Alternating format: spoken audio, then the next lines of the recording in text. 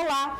A Semana Nacional de Políticas sobre Drogas de 2018 traz entre os temas a prevenção ao uso das drogas, ações de cuidados e reinserção social em comunidades terapêuticas, redução da demanda e da oferta de drogas, intersecções entre o uso, tráfico e homicídios no Brasil e as políticas externa e nacional. Em Campinas, a Lei 15.438 de 2017 instituiu o Junho Branco, mês em que são desenvolvidas no município ações de prevenção e conscientização acerca do uso e abuso de drogas lícitas e ilícitas.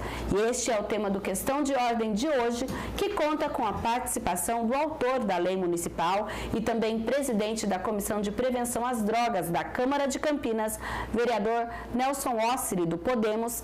Também contamos com o vereador membro da mesma comissão, Jorge da Farmácia, e o coordenador de Campinas e região do Amor Exigente, Carlos Alberto Torres Ribaldo. Sejam todos bem-vindos. Obrigado. A gente está falando aí de uma política nacional que foi instituída lá no final dos anos 90 e hoje a gente tem toda uma preocupação também em termos de município. Eu vou primeiro falar com o Carlos Alberto, seja bem-vindo pela primeira vez aqui. Prazer. Queria que você falasse um pouquinho, a gente vai falar do trabalho do Amor Exigente, que está aí desde 1984, mas hoje quando a gente fala em termos de prevenção às drogas e todas essas vertentes que eu mencionei na abertura, qual é a maior preocupação da instituição? Seja bem-vindo. Obrigado. Nós estamos há muito tempo trabalhando na parte de prevenção também. Temos grupos de prevenção em escola, grupo de prevenção fora de escola para as pessoas. E a maior preocupação está em que as pessoas entendam o problema da droga. Muitos acabam falando que não gostam da droga, mas têm a droga em casa ou usam a droga com um momento de alegria. É o caso da bebida. Então, a bebida é uma droga e ela é uma droga de entrada, de abertura para outras drogas. Então, muitas vezes a pessoa fala assim, não, eu não admito droga na minha casa, tomando uma cerveja. Então, ela está com uma droga. Tá? Essa é a maior dificuldade que nós temos, de mostrar às pessoas quais são as drogas e até onde elas podem chegar. E a segunda é mais com os pais, no caso da prevenção, porque não é só o uso da bebida, mas é também uma série de atitudes tomadas pelos pais que vão gerar futuros consumidores de droga. Tá certo. Então, daqui a pouco a gente fala um pouco mais sobre isso. E agora nós vamos falar com o autor da Lei do Junho Branco, também presidente da comissão, esta que foi recentemente instituída aqui na Câmara Municipal, o vereador Nelson Ossiri, vereador, o senhor que já foi, inclusive, coordenador dessa recente também formada aqui na Prefeitura, coordenadoria a respeito. Queria que o senhor falasse hoje a respeito, quando a gente fala da questão das drogas, e tem até essa semana nacional em que vários municípios e estados se movimentam em torno desse tema, hoje qual a sua maior preocupação? Primeiramente, é uma satisfação participar do programa, ao lado do Carlos Alberto, do vereador Jorge da Farmácia, e com toda certeza, né, o meu mote, minha bandeira sempre foi a questão da prevenção ao uso e abuso de drogas, né, de substâncias. Então, o mês Junho Branco foi denominado Junho Branco por conta do Dia Internacional de Combate às Drogas, que se comemora no dia 26 de junho.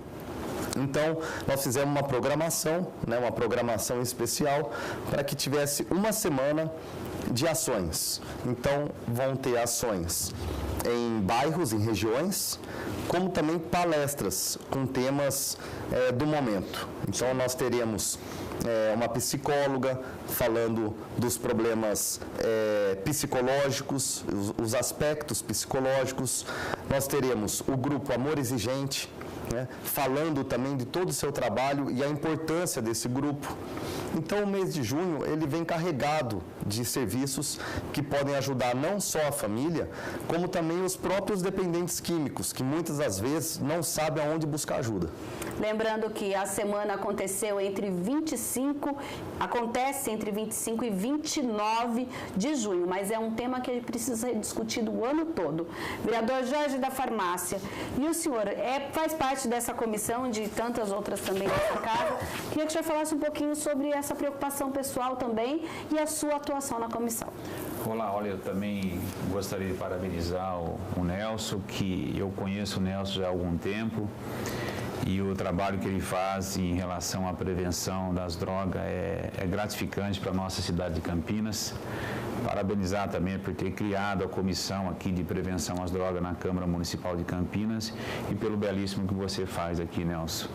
Carlos Alberto, do Amor Exigente, conheço também já há algum tempo, já frequentei a casa do Carlos Alberto e eu sei do trabalho que você faz. É um trabalho muito sério, inclusive tem alguns amigos meus que já frequentam, tem algumas que já são palestrantes desse trabalho que você faz. E dizer também a vocês que, infelizmente, eu acho que todos nós, sem exceção alguma, qualquer bairro aqui de Campinas, a gente vê várias pessoas, várias crianças utilizando drogas, e isso daí é muito preocupante para a nossa cidade de Campinas. Eu tenho vários relatos que eu convivo lá na minha região, de crianças que chegam, crianças que eu falo 14, 15 anos, Carlos Alberto, Nelson, que chegam lá até o meu estabelecimento já em situação vulnerável, justamente com o uso desses entorpecentes. E uma ocasião, um rapaz me deixou lá uma moça, ele chegou com uma moça no colo, deixou lá no meu estabelecimento e já logo saiu, e eu sem saber o que fazer com essa moça, até que eu percebi que ela estava tendo uma overdose. E para mim aquilo ali foi muito marcante, foi muito determinante, porque naquela ocasião eu não sabia qual era o procedimento. Mas Deus é bom, Deus é fabuloso, e eu percebi que ela começou a ter algumas reações e começar a voltar. E a partir do momento que ela voltou, eu comecei a palpar, achei a carteira dela, abri a carteira e tinha o telefone dos pais. E foi um momento de muita tristeza, porque quando eu liguei, geralmente quem atende o telefone em casa, Nelson, Carlos, é a mãe. E quando eu disse a situação dessa mãe, da filha para a mãe, eu percebi que logo em seguida houve uma queda, provavelmente a mãe deve ter caído, não estava esperando isso de uma moça de maneira alguma.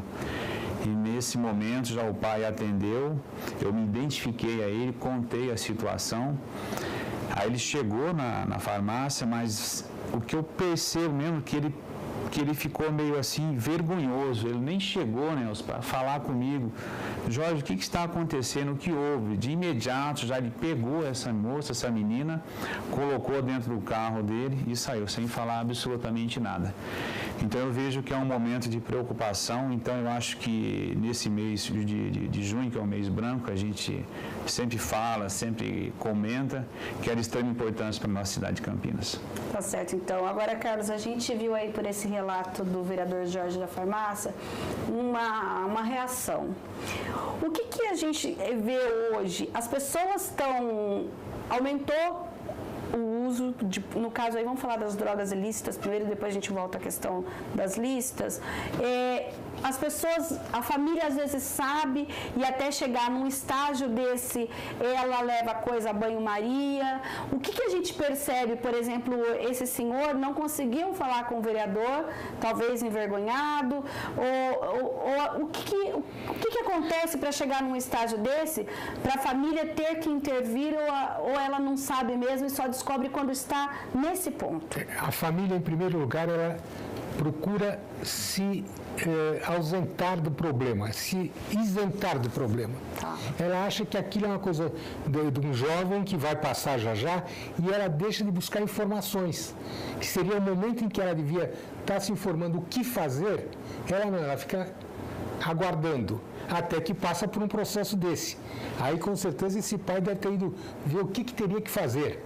quando ele já deveria saber isto. E você começou a pergunta se estava aumentando. Está aumentando muito o consumo de droga e aumentando a faixa etária de uso de drogas. Hoje você já encontra jovens, crianças de 9 anos que usam droga. Reduzindo então a faixa etária. Aumentando a faixa toda. O mais velho também. Mais velho também pra lá como... Isso. Entendi. Entendeu? Então você tem a criança usando drogas, você tem pais permissivos, permitindo que usam drogas. Por exemplo, nós temos um problema muito sério com a maconha. A maconha de hoje não é a maconha de anos atrás. Ela é muito mais forte, traz danos muito pior, muito mais fortes para a família e muitos pais acham que a droga que o filho está usando é a que ele usou há anos atrás. Ele, pai. Naquela época podia ser uma brincadeira. Hoje a maconha traz uma série de danos à pessoa que usuária, como se fosse uma droga mais forte. Fala um pouquinho sobre esses danos, até porque, como o senhor falou da questão de, às vezes, o pai ou a mãe, a família ser inerte, ela fala assim, não, ele só está usando uma maconha nessa fase que é jovem, deixa ele fumar aqui em casa, pelo menos não está na rua, e logo vai passar isso. Fala um pouquinho dessa afirmativa. O grande problema da maconha hoje é que ela traz danos cerebrais a todo usuário de maconha. Eu já li relatos de casos de overdose de maconha, que era uma coisa que até hoje muita gente diz, não, isso não existe. Mas eu já li relatos de pessoas que tiveram overdose pelo uso da maconha. Sim. Nós temos um problema muito sério e uma preocupação muito grande que nos ronda a cada momento. É a possibilidade de liberarem o uso da maconha. Sim. Eu não estou falando da maconha medicinal, porque isso é uma outra coisa. Tá.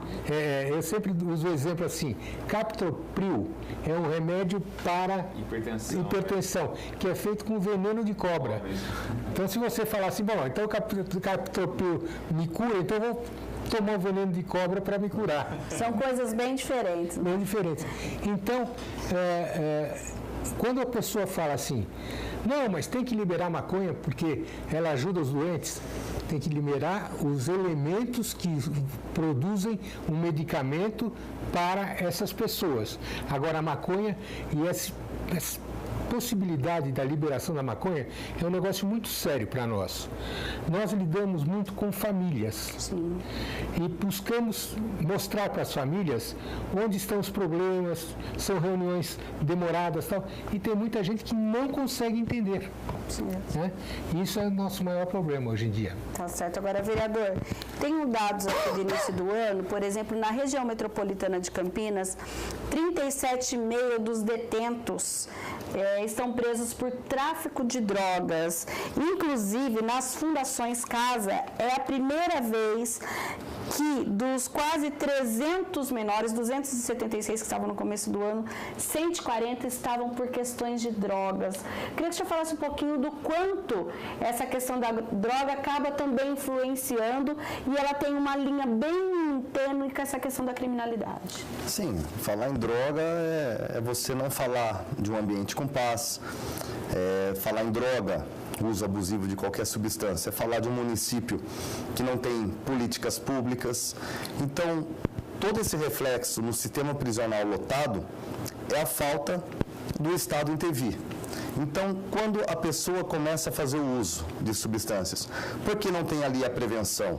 Quando a pessoa apresenta os sintomas da dependência química, quando a pessoa começa a trocar os prazeres da vida para fazer o uso das drogas, só se preocupando com ambientes que tenham droga, amizades que usam droga, cadê o Estado para intervir, para oferecer um tratamento?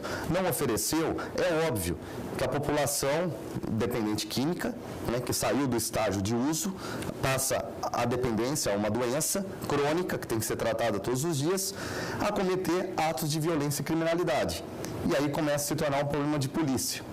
Então, por isso que os presídios acabam lotando, as fundações.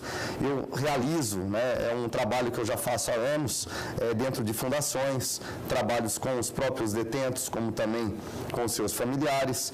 E isso eu falo com toda tranquilidade.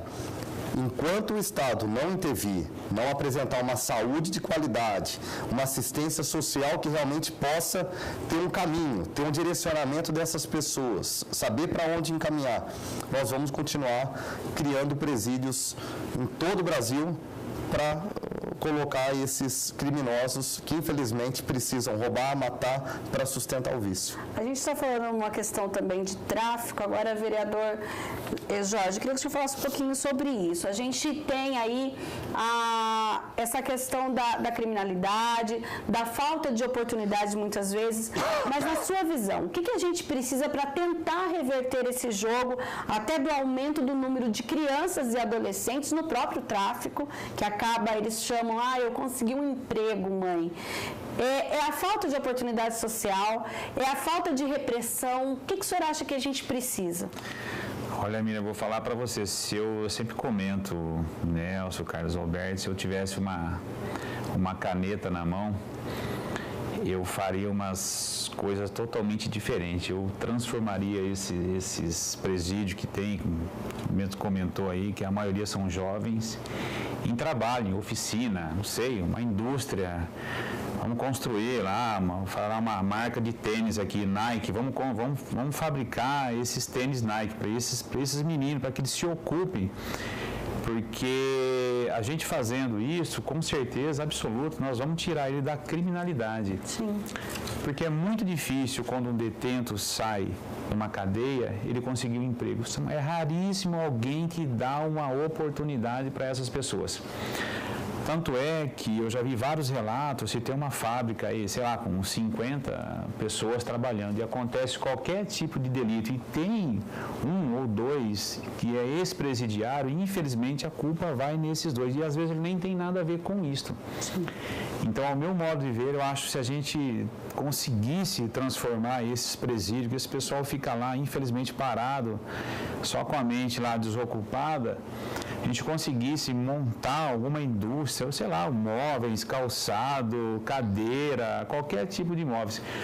Eu vejo porque as igrejas, eles ajudam bastante. Eu, Nelson, eu recebi há uns tempos atrás um pastor no meu gabinete que ele queria levar uns containers nesses presídios, Carlos Alberto, para que eles conseguissem montar algumas oficinas, principalmente de imóveis.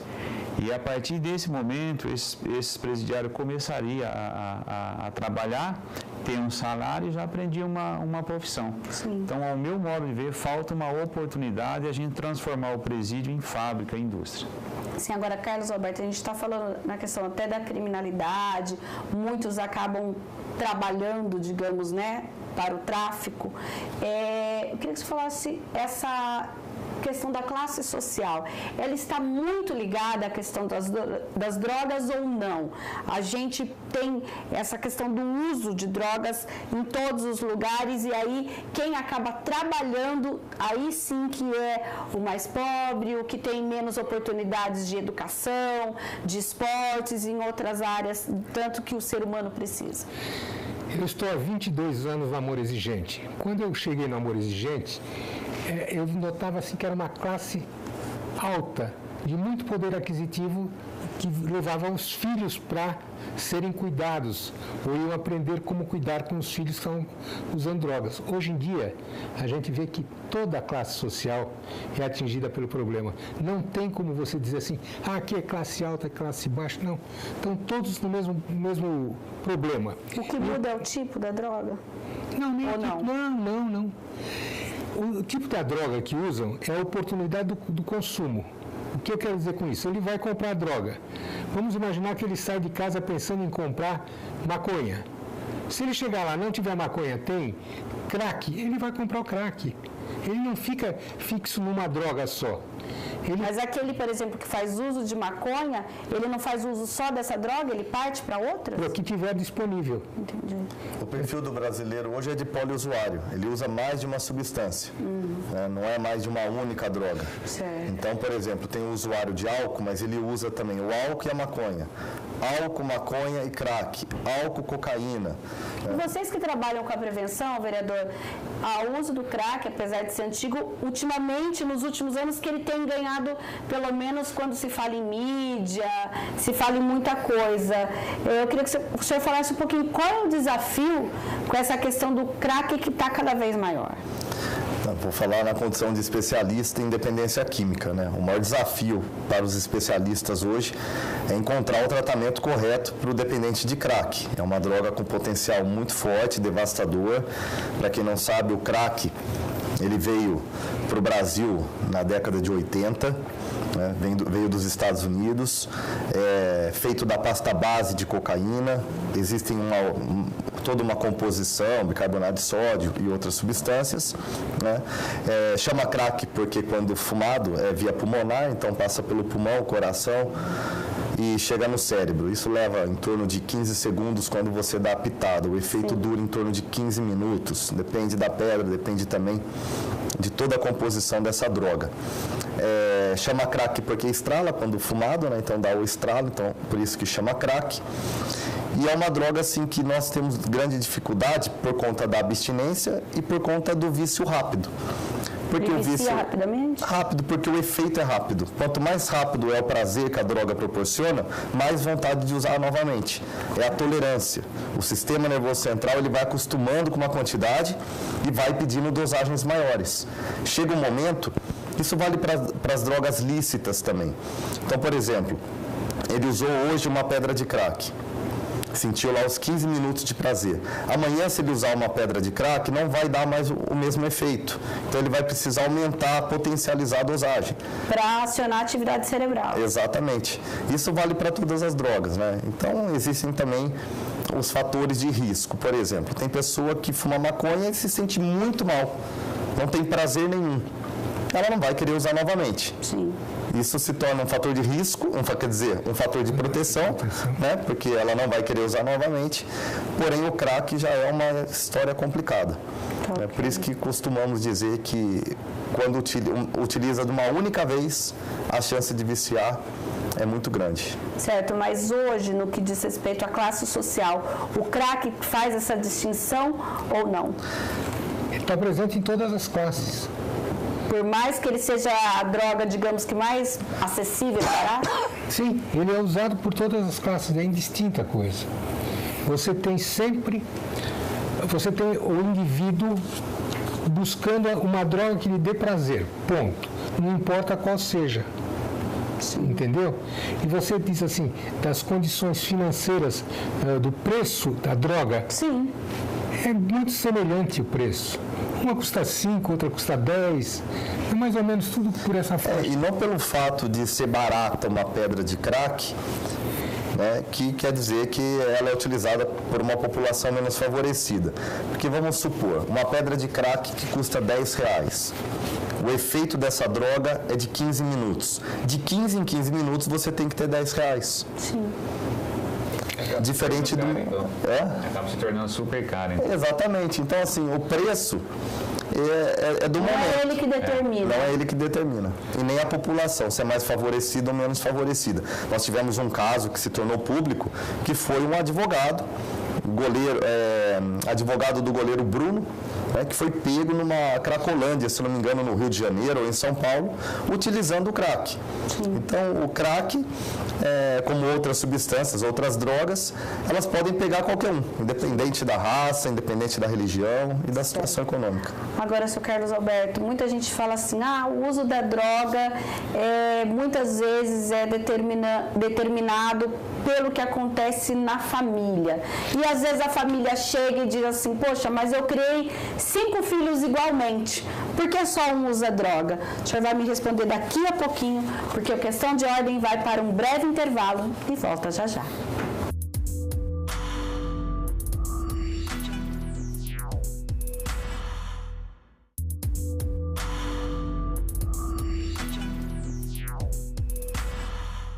O Questão de Ordem hoje fala sobre prevenção às drogas. E no bloco anterior a gente falou um pouquinho sobre causas, consumo, e agora eu deixei uma pergunta para o Carlos Alberto a respeito do papel da família. Alguns responsabilizam algo que aconteceu na família, outros dizem, não, eu criei meus filhos igualmente, só um acabou sendo usuário de droga. Eu queria que o senhor falasse um pouquinho sobre isso. Até que ponto a família tem ou não responsabilidade? Qual o papel da família nesse contexto? A família, ela tem total responsabilidade pelo jovem, seja ele um usuário ou não.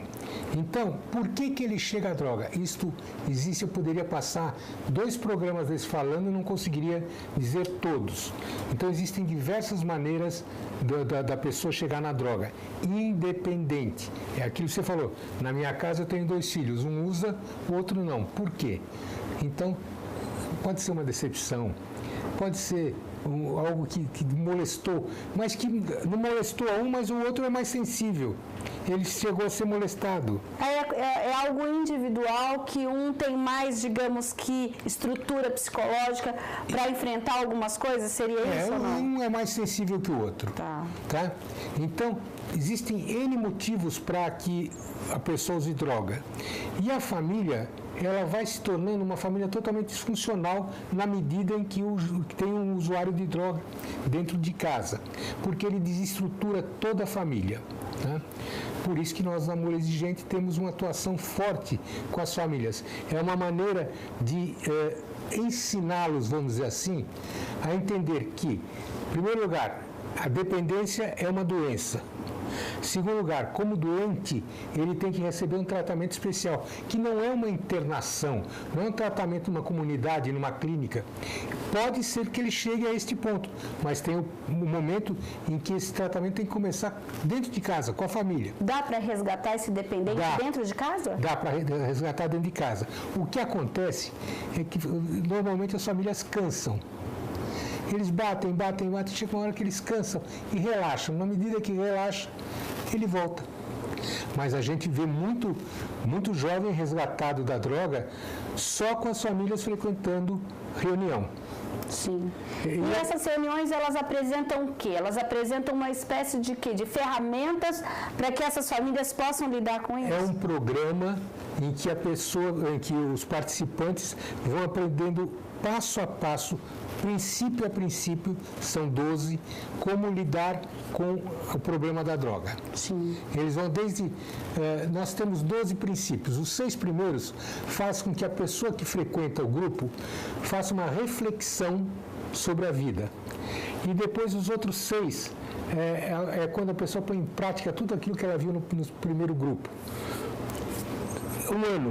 É um ano para a pessoa conhecer. Porém, ela em um ano não para. Ela continua.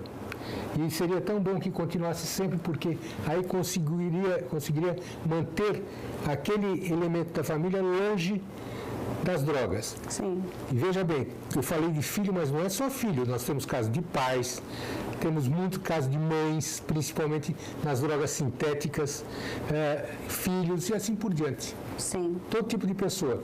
Então, você vai no Amor Exigente, você vai encontrar uma sala, um salão cheio de pessoas que têm os filhos dependentes.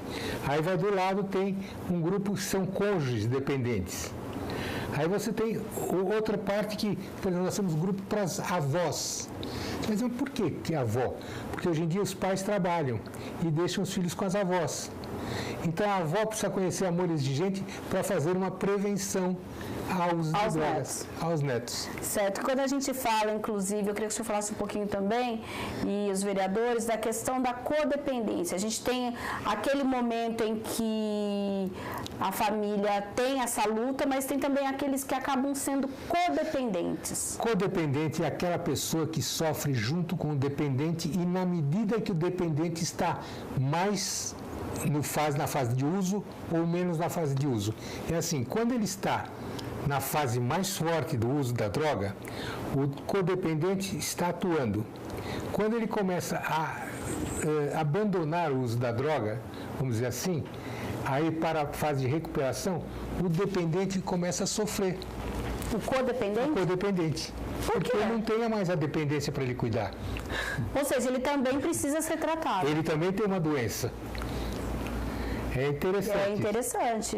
Mesmo. Então, e aí, nesses casos, são psicólogos que atuam nesse grupo de amor exigente. Grupo de amor exigente. O amor exigente é o maior grupo que cuida de dependentes e codependentes de drogas. Sim.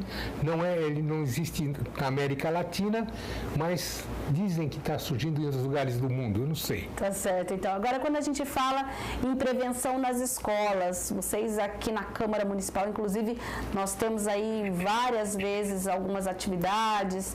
Temos aqui em Campinas uma iniciativa, na verdade, da Guarda Municipal, temos iniciativas da Polícia Militar. E a escola? Para vocês, qual é o papel da escola quando se fala de prevenção, vereador Jorge? Eu acho que, como o Nelsinho sempre fez, eu acredito que ele continue fazendo, e aqui já vai uma cobrança que você não pare ainda de fazer essas palestras que você faz em escola, porque, quer queira ou não, você começa a palestrar na escola, a explicar, a falar o que é, de onde que vem, o que pode ocorrer, e isso é muito benéfico, principalmente para nossas crianças. Eu trago aqui constantemente várias escolas para conhecer a Câmara Municipal de Campinas, e eu acho de extrema importância que você continue ainda focado nisso aí que você faz, Nelson, porque onde que meus filhos estudam, por exemplo, até hoje eu nunca ouvi falar que eles tiveram alguma palestra de drogas, e eu acho que vale a pena você não somente entrar no município, você entrar no estado, assim como você poderia também tentar entrar nessas escolas particulares, que eu acho que, como o Carlos Alberto falou, ninguém está livre dessa enfermidade que nos assusta, principalmente as crianças. Eu estava até comentando aqui que quando tem algum filme, alguma coisa, que eu tenho duas crianças pequenas, quando começa a passar alguma cena que as pessoas estão utilizando, procuro até mudar de canal, eu acho que aquilo é um incentivo, porque eles começam a perguntar o porquê, o que é aquilo, o que eles estão cheirando, o que eles estão fazendo, qual que é a atitude. Então, se tivesse uma palestra de drogas para essas crianças, com certeza não iriam perguntar para mim. Vereador Nelson, qual a idade certa, então, para se falar de drogas, de prevenção às drogas, por exemplo, para as crianças? Primeiro que o que eu mais gosto de fazer é palestra. Adoro fazer palestra. Comecei no dia 22 de abril de 2005, no Jardim São Marcos, na Escolinha Branca. Foi a minha primeira palestra. Por sinal, foi a primeira palestra que eu assisti, foi a minha, porque durante meu tempo de escola eu nunca recebi uma palestra sobre drogas. Eu vou em escolas particulares, em escolas públicas, e vou até citar o nome, vou na Escola Porto Seguro, vou na Escola Pio XII, vou no Externato Madre Cecília. Hoje pela manhã... Sua escola, então, o senhor precisa sugerir que convide o vereador. Eu sou um só, né? Quanto mais pessoas puderem ajudar, ótimo. E basta entrar em contato, 3736-1510. Pode entrar em contato, a palestra é gratuita, dura 1 hora, eu falo o que são drogas, as consequências, tipos de drogas, e o mais legal de fazer nas escolas, porque é na escola que você encontra o pai e o aluno. Nelson, deixa eu fazer só uma perguntinha para você. Quando você fala que você vai fazer essas palestras nas escolas, como que é a reação dos pais? Como que eles verem isso? Eles querem participar também ou eles se ausentam? Como é que funciona isso? Então, Jorge, é interessante, isso daí é uma excelente pergunta, porque quando você fala o tema droga, normalmente assusta. Todo mundo pensa, eu não uso, eu não tenho por que assistir. Mas a palestra ela é educativa. Eu uso bastante slides, eu apresento a campanha mundial Bebida e Direção Não Combina, eu falo sobre o crack, eu apresento uma história de overdose de uma garota chamada Raquel, que morreu com 21 anos e os pais divulgaram todas as imagens. Eu explico por detalhe o que são as drogas perturbadoras, as drogas depressivas. Então eu vou explicando ponto a ponto onde buscar ajuda, e nós fazemos em 2 partes. Para os jovens, a partir dos 14 anos, e para os pais, na reunião de pais. Por que eu falo a partir dos 14? Porque o linguajar que eu utilizo é voltado para esse público. Já para as crianças, para os jovens, vamos colocar do 0 até os 13 anos, normalmente é o PROED e o PROIN. Sim. Por isso que na Semana de Drogas, o PROIN vai estar realizando uma peça de teatro. O PROIN é da prefeitura? É da Guarda Municipal. Ok. É o programa de integração. Então, nós temos essa parceria e eles realizam um trabalho de prevenção às drogas de uma forma mais divertida, lúdica, né, para um público com menos idade. No caso, crianças até 6 anos, 13 anos. Sim. Né? Mas qual a importância, por exemplo, dos pais nesse processo? Até para saber o que falar para os filhos, quando os filhos, por exemplo, aquele exemplo que o senhor deu, se depara com um filme que aparece alguém fazendo uso de entorpecente. Eu sou prova que amor exigente funciona. Eu sou um codependente.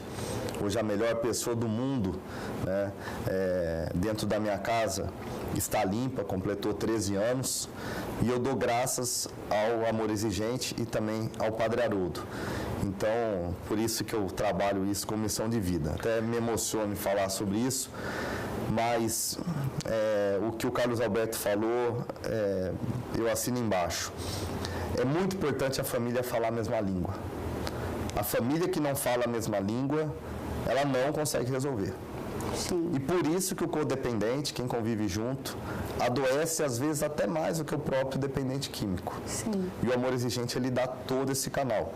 Eu sou autor de um projeto de lei nessa casa que uniformiza PROIN e PROED, para que mais escolas possam trabalhar a prevenção às drogas. Essa oportunidade que eu não tive, de nunca receber uma palestra de drogas durante meu tempo de escola e nem faculdade. Eu sou formado em Direito, nem na aula de processo penal, medicina legal, eu tive uma palestra sobre drogas. Então esse projeto ele vem nesse sentido. Trazer, abranger os trabalhos de prevenção através do PROED e PROIN e automaticamente divulgar os serviços existentes no município. Sim. Divulgar a AE, divulgar a AA, MA, Instituto Padre Haroldo e outras tantas entidades, outras tantas pessoas que também plantam lá sua sementinha no trabalho de prevenção. E a escola, ela é a ferramenta-chave, né? Nós precisamos atuar de forma constante. Hoje mesmo eu estive na região do DIC 6, realizamos um trabalho fantástico com jovens, junto com a Guarda Municipal, e na Semana de Drogas nós sempre colocamos tanto o grupo de amor exigente, como também o PROIN, para trazer o trabalho junto ao público infantil. Certo, agora a gente está falando aqui sobre prevenção, mas parece que até pouco tempo havia um tabu e às vezes ainda há um tabu para falar sobre drogas. As pessoas acabam falando sobre drogas quando estão, digamos, dentro do problema, né? Qual a importância da gente falar sobre, olha, eu estou participando de uma palestra sobre drogas, estou assistindo um programa que fala sobre drogas, mas eu não tenho nenhum usuário na minha família. Será que eu preciso assistir? Será que eu preciso falar? Carlos Alberto. Eu acho que é fundamental que você conheça. A droga é um mal que está aí. Qualquer local que você veja, qualquer filme que você veja, tem a presença da droga. Tem a bebida alcoólica. A bebida alcoólica. Então você precisa conhecer. Eu vou lhe dizer uma coisa que eu pouco comento. Eu estou há 22 anos, mais ou menos, no Amor Exigente. Eu nunca tive problema de drogas. Eu aprendia drogas dentro do Amor Exigente. Eu fui convidado pelo Padre Haroldo para trabalhar com jovens dependentes. Eu não conhecia nada. Eu passei um ano só vendo o que eles faziam, como é que era o comportamento. Depois que eu comecei a me sentir conhecedor, o pouco conhecedor, é que eu me libertei, fui fazendo palestras. O Amor Exigente também faz palestras. Só que o nosso programa de prevenção é um pouco diferente, não é palestra. São um conjunto de 15 reuniões feitas uma vez por semana, em que vão os pais e os professores daquela escola. Certo. E aí eles têm um conhecimento em 15 semanas profundo sobre a droga. Não se fala só de droga, fala-se de comportamento inadequado que pode projetar a droga.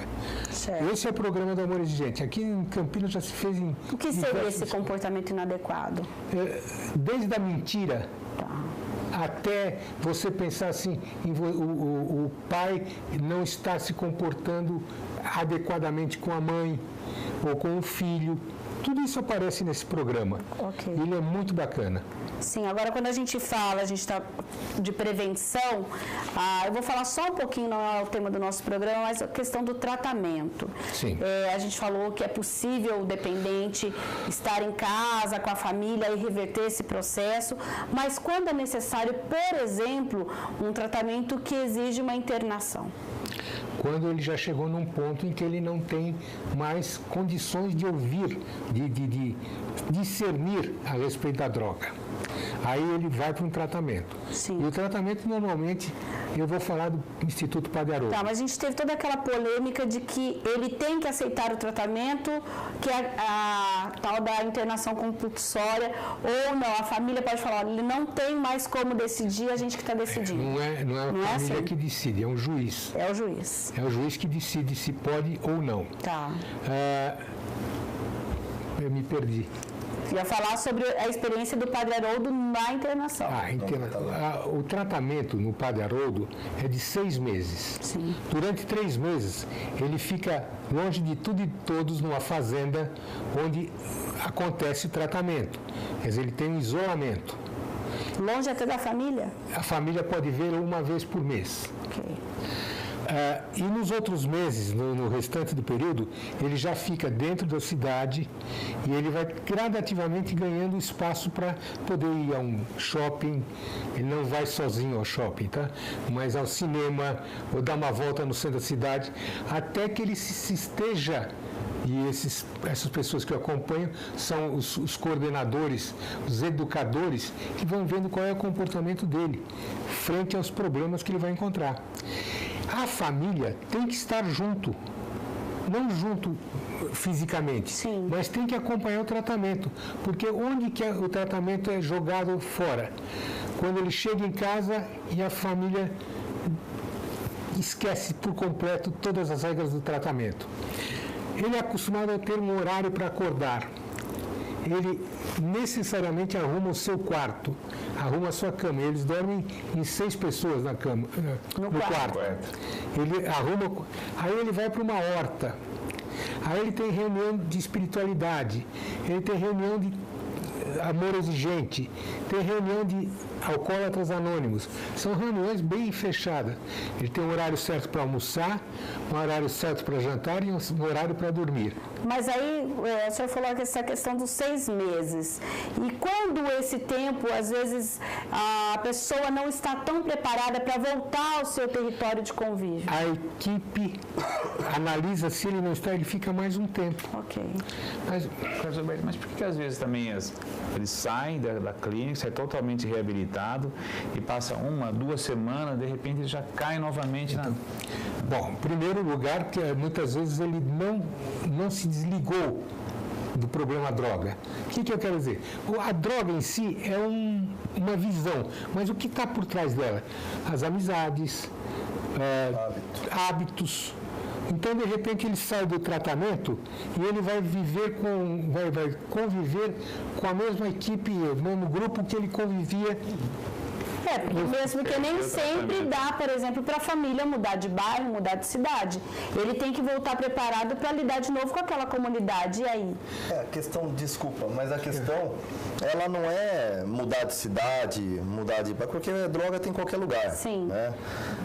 Agora, o problema é realmente o que o Carlos Alberto falou, é mudar hábitos, amizades. Eu costumo dizer nas palestras, se você, jovem, que está andando sempre com fulano e está usando a maconha ou qualquer tipo de droga, você tem que exterminar esse seu amigo. Não é exterminar de matar, não. Senão daqui a pouco vão me compreender errado aqui. É excluir do seu ciclo de amizades. Começar a fazer melhores escolhas. A sua vida vale mais do que qualquer droga. Enquanto você não colocar isso na sua cabeça, não adianta. A recaída, também como o Jorge mencionou, porque ele fica lá 6 meses, depois ele sai e acaba utilizando. Porque a recaída faz parte. Nós estamos falando de uma doença crônica, que tem que ser tratada todos os dias. Ela é uma doença mental, física, espiritual, incurável, social. Incurável. Não tem cura, porém tem controle. Como uma diabetes, você tem controle. Você tem que controlar. Então, é a mesma coisa com o dependente químico. Se ele não mudar os hábitos, ele pode ficar em qualquer clínica. qualquer clínica. Eu tenho conhecidos, amigos, que já ficaram mais de 18 vezes, passaram por mais de 18 vezes em comunidades terapêuticas, em clínicas de reabilitação, e na 19ª conseguiu parar. E hoje está limpo. Por quê? Porque não parou na primeira, não parou na segunda internação. Porque foi ter um despertar na 19ª. Foi quando a vontade realmente aconteceu.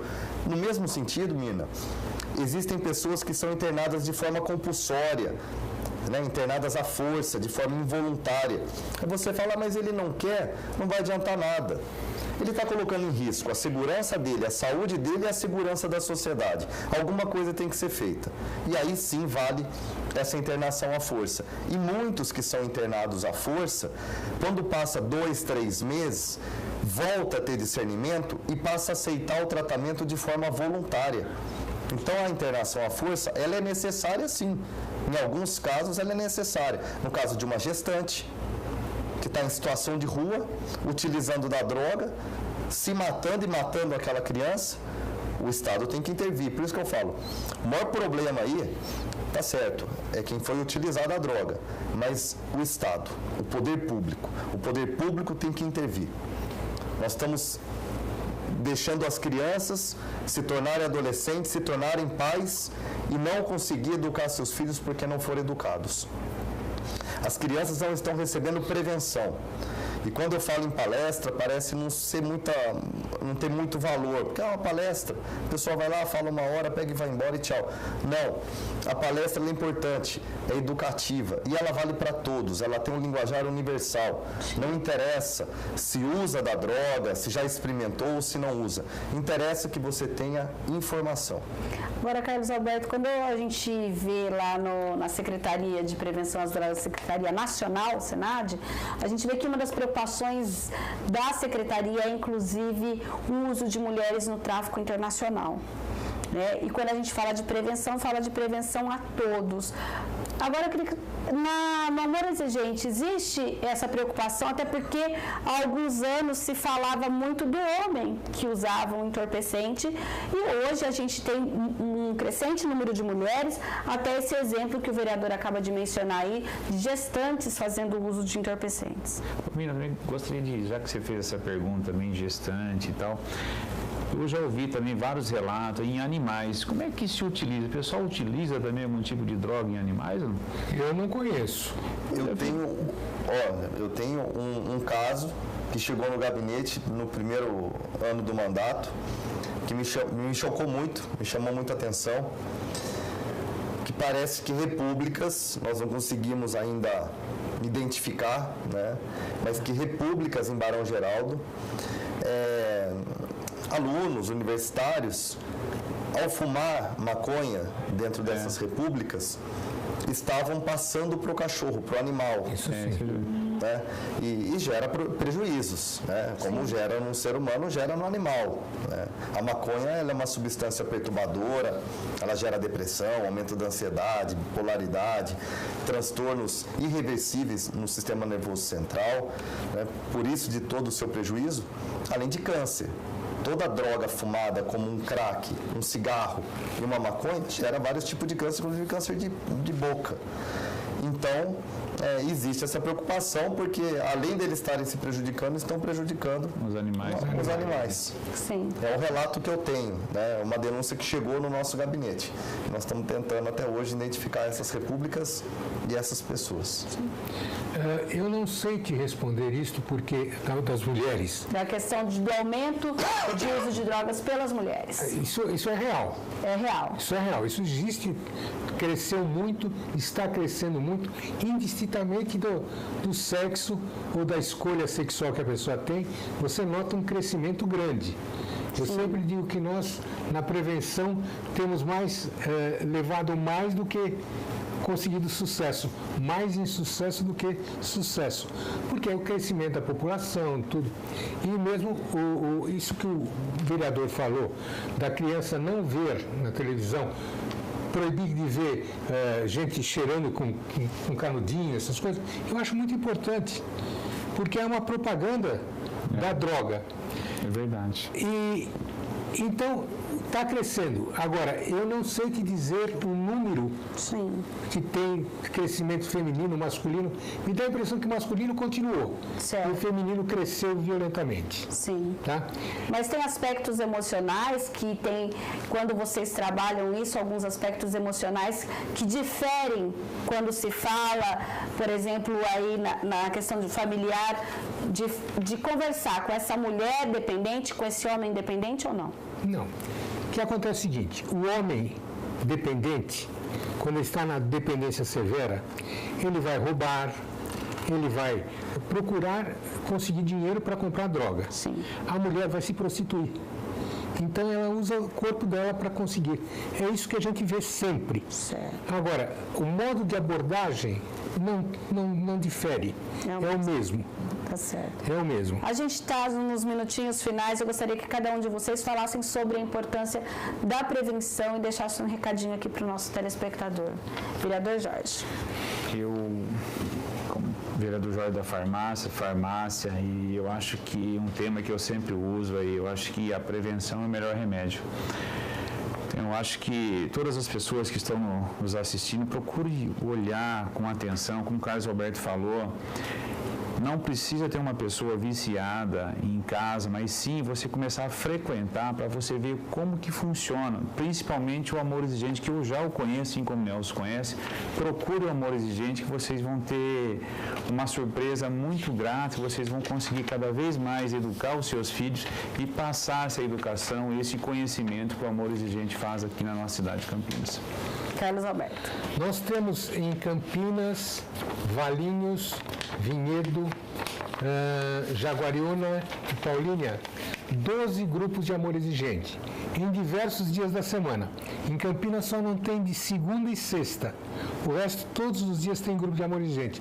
Então, eu convido a todos que vão ao Amor Exigente, não paga nada, não obriga nada. É um grupo aberto para atender as pessoas, até aquelas que não têm dependência, mas que querem, como prevenção, estar conhecendo melhor ou estar trabalhando como voluntário do Amor Exigente. Vão até lá, vale a pena. Vereador Nelson.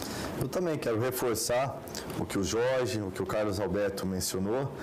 Procurem o grupo de Amor Exigente, realmente salva vidas. Eu sou prova disso. Amor Exigente salvou a minha família. Graças ao grupo de Amor Exigente, eu me especializei nessa área. Sou vereador atuando nessa área, na área de prevenção, na área também de tratamento, aconselhamento, orientação, em especial com as palestras educativas para as escolas públicas, particulares, igrejas, canteiros de obras, sindicato, associação, né? Só não vou em biqueira, o resto eu vou em qualquer lugar. E deixar o telefone, caso queira a palestra, 3736-1510. Será um prazer poder estar na sua escola e levar a palavra de forma educativa para evitar que menos pessoas venham utilizar desse pior mal do século, que é o problema das drogas. E você pode saber onde é o Amor Exigente, grupo de Amor Exigente mais perto da sua casa, através do site também, www.amorexigente.com.br, e também através do telefone 19-2519-6555. A gente fica por aqui e até um próximo Questão de Ordem. Você também pode acessar a nossa página no youtube.com/TV Câmara Campinas.